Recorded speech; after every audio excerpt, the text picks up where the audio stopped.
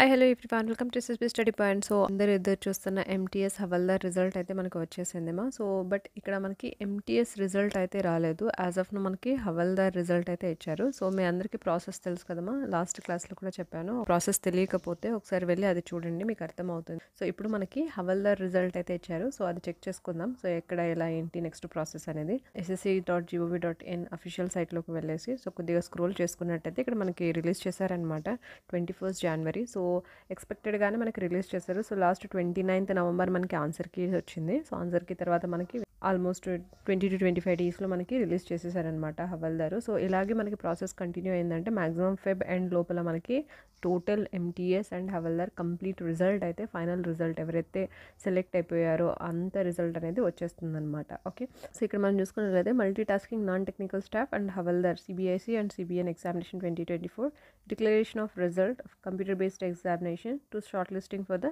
PET PST for the post of havildar. So ఇక్కడ మనకి ఏ result declare చేస్తున్నారు, సో ఎవరైతే షార్ట్ లిస్ట్ అయ్యారో పీఈటీ పిఎస్టీ హవల్దార్ పోస్ట్కి అప్లై చేసిన వాళ్ళు, సో వాళ్ళ రిజల్ట్ అనేది డిక్లేర్ చేస్తారనమాట.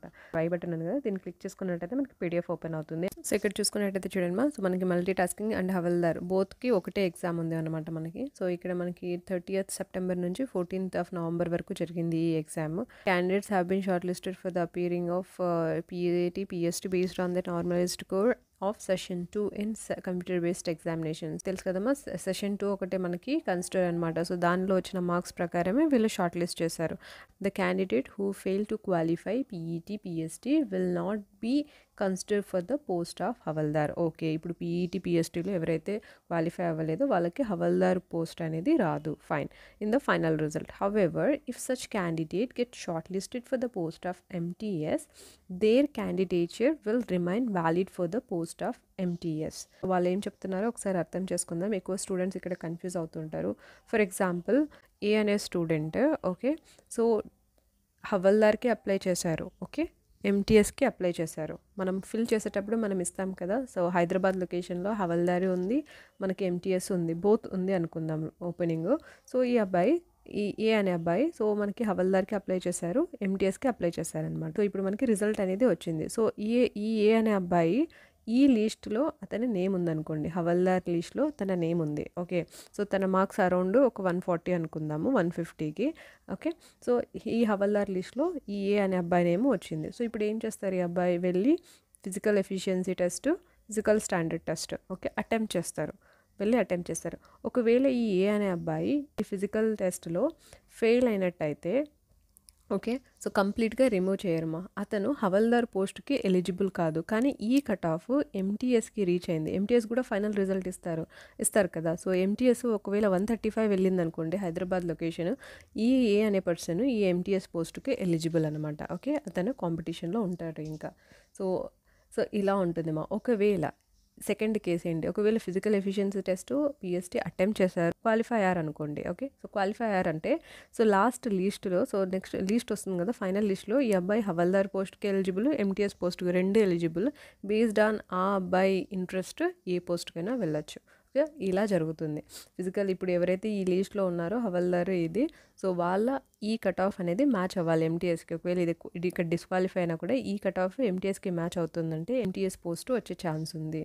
ఓకే, సో అలా అది ఇక్కడ చెప్తున్నారనమాట. ఓకే, ఒకవేళ షార్ట్ లిస్ట్ అవ్వకపోయినా ఆ అబ్బాయి మార్క్స్ అనేది కట్ ఆఫ్కి రీచ్ అయినట్టయితే ఎంటీఎస్ది ఆ అబ్బాయి ఎలిజిబుల్ అవుతారు ఎంటీఎస్ పోస్ట్కి అన్నట్టు. ఓకే, ఇది బెస్టే. సో ఇక్కడ చూసుకున్నట్లయితే మరి category wise breakup of the candidate provisionally short listed for the PET PST for the post of havildar on the basis of performance in the CBE as follows. So ఇక్కడ మనకి breakup ఇచ్చారు. ఈడబ్ల్యూఎస్కి 2029 candidates, SC ST ఇలా ఉన్నారు, ఈఎస్ఎంకి ఇలా ఉన్నారు. Total మనకి 27,000 candidates అయితే select అయ్యారు హవల్దార్ పోస్ట్కి. ఓకే, అండ్ నెక్స్ట్ చూసుకున్నట్టయితే ఇక్కడ మనకి స్క్రోల్ చేసి సో ఇక్కడ కొంతమంది క్యాండిడేట్స్ని విత్ హోల్డ్ చేశారనమాట.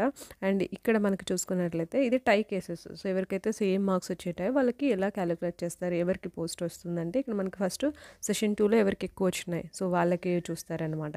తర్వాత నార్మలైజ్డ్ స్కోర్ ఇన్ సెషన్ 1లో ఇది కూడా మ్యాచ్ అయిందంటే తర్వాత డేట్ ఆఫ్ బర్త్, ఎవరైతే ఎక్కువ డేట్ ఆఫ్ బర్త్ ఎవరైతే పెద్దవారు ఉంటారో వాళ్ళకి ప్రిఫరెన్స్ ఉంటుంది. ఎందుకంటే నెక్స్ట్ టైం వాళ్ళకి రాయడానికి అవకాశం ఉండదు కాబట్టి వాళ్ళకి ఇస్తారనమాట. తర్వాత ఇది కూడా మ్యాచ్ అయిందంటే ఆల్ఫాబెటికల్ ఆర్డర్లో చెక్ చేస్తారు. సో ఇది టై కేసెస్లో ఉంటే ఈ ప్రాసెస్ ద్వారా వాళ్ళు ప్రిఫరెన్స్ అనేది ఇస్తారనమాట. ఓకే, ఇక్కడ ఫైనల్ ఆన్సర్కి and the marks of qualified and non qualified student candidates will be uploaded on the website on the after declaration of the final result of the examination. So మనకి qualify అయిన candidates after physical తర్వాత ఫైనల్గా ఒకటేసారి ఇచ్చేస్తారనమాట havildar and ఎంటీఎస్కి. Okay, and next చూసుకున్నట్టయితే ఇక్కడ మనకి సో ఎక్కడెక్కడ సో ఎంతమంది సెలెక్ట్ అయ్యారు, ఏ కేటగిరీలో సెలెక్ట్ అయ్యారు, ఏ లొకేషన్, ఎంతమంది క్యాండిడేట్స్ అవైలబుల్గా ఉన్నారు, మార్క్స్, ఎవ్రీథింగ్ డీటెయిల్స్ అనేది ఇక్కడ ఇచ్చారనమాట. ఇది కట్ ఆఫ్ వెళ్ళినది. రోల్ చేసి మన సౌత్ సైడ్ చూసుకున్నట్టయితే హైదరాబాద్కి అరౌండ్ ఈడబ్ల్యూఎస్, సో ఈడబ్ల్యూఎస్ నుంచి స్టార్ట్ అయింది. సో 210 క్యాండిడేట్స్ అవైలబుల్గా ఉన్నారు. 109 కట్ ఆఫ్ వెళ్ళింది. సో లాస్ట్ ఇయర్స్తో కంపేర్ చేస్తే చాలా బెటర్గానే ఉంది మా కట్ ఆఫ్. అంత హైగా వెళ్ళలేదు, it's kind of minimum. But కొన్ని రీజియన్లో ఎక్కువ వెళ్ళింది, 140+ కూడా వెళ్ళింది. సో ఇక్కడ మనకి హైదరాబాద్ ఇక్కడ చూసుకున్నట్లయితే ఇలా ఉన్నాయన్నమాట ఈ కేటగిరీస్ అండ్ అవైలబిలిటీ క్యాండిడేట్స్. కస్టమ్స్లో కూడా ఇలా ఉందన్నమాట. అండ్ విశాఖపట్నం చూసుకున్నట్లయితే మనకి ఈ ప్లేస్కి 122 వెళ్ళింది అండ్ జనరల్కి 124 వెళ్ళింది. ఓకే, అండ్ బెంగళూరు చూసుకున్నట్టయితే కూడా మనకి అరౌండ్ 112, 115 ఈ బిట్వీన్లో ఉందన్నమాట. ఓకే, సో ఇలా ఉన్నాయి కట్ ఆఫ్. మీరు చెక్ చేసుకోండి ఏ రీజియన్స్లో మీరు అప్లై చేశారో. సో ఆ రీజియన్స్ అన్ని ఎక్కడ ప్రిఫరెన్స్ ఇచ్చారో అవన్నీ మీరు చెక్ చేసుకోండి. ఇప్పుడు లీస్ట్ ఎక్కడ చెక్ చేసుకోవాలి అంటే రోల్ చేసుకున్నట్టయితే మనకి ఇక్కడ రిజల్ట్ అనేది ఉంది కదమ్మా. ఓకేనా, సో దీని మీద క్లిక్ చేయాలన్నమాట. సో దీని మీద క్లిక్ చేస్తే మనకి ఇక్కడ ఉన్నాయి కదా, దీన్ని ఇక్కడ ఎంటీఎస్ అనేది చూడండి. సో ఇక్కడ ఉంది మనకి ఎంటీఎస్. క్లిక్ చేసుకున్నట్టయితే ఇక్కడ ఇచ్చారు చూడండి, ఇది రైట్ అప్. ఇప్పుడు చూసినది ఇప్పుడు రిజల్ట్. ఈ రిజల్ట్లో మనకి క్యాండిడేట్స్ నేమ్స్ ఉంటాయి.